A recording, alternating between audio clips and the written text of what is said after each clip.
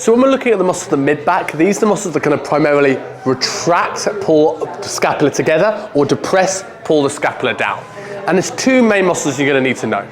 The first one is the traps. So the traps are a kite-shaped muscle. We've got fibers that run it up towards the head here, and we've got fibers that are in midline that pull slightly down on the scapula, and we've got the lower fibers that pull those scapula down. So we've got the upper fibers of traps, which are going to kind of pull and shrug up. A lot of people use these with dumbbells, but if we look at the line of those fibers coming out this way, you're probably going to line these up better if you shrug with two cable attachments to either side and pulling into the shoulder. We have these mid traps, which is going to be retraction and a little bit of depression, and these lower traps, which are going to pull down towards the spine. So we can get these by any sort of movement, like a pull down where we initiate, or if someone doesn't have great overhead range, a prone Y raise, as you can see in this position. The weight's going to push down here, the delta's going to be the prime mover, and this is going to be now the muscles that's stabilizing it. So if you've got a client that can't really separate movement of the scapula and movement of the shoulder during lateral raises, this is the thing that's going to be taking over. Switching to a prone Y raise can get these lower traps working pretty well. Now, beneath the traps, we now have the rhomboids.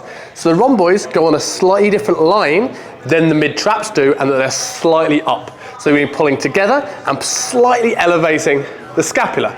This is what's going to be the main thing that's going to pull back the scap. Exercise the challenges are going to be our upper back rows, our mid back rows, which we'll go through on the gym floor now.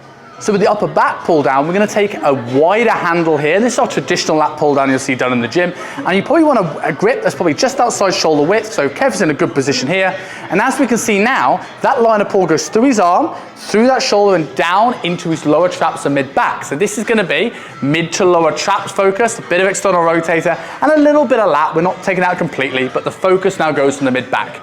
Now here, we're going to also think about depression to really get these lower traps engaged.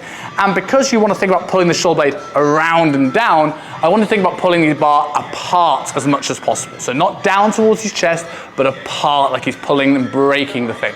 One more for me. Again, go to where you get stuck and the shoulder blades don't move anymore, and then you're good. So now looking at the upper back row, we're going to take a wider handle. And we're also going to take a slightly wider hand placement here, again, just outside of shoulder width. Unlike the lat row, where we're thinking about driving the elbow down towards the hip, we're going to think more about retraction here because we're thinking about the stuff in between the shoulder blades. So we're going to initiate with the retraction, getting these together, and then we're going to think about pulling that bar apart and driving those elbows wide until we get stuck.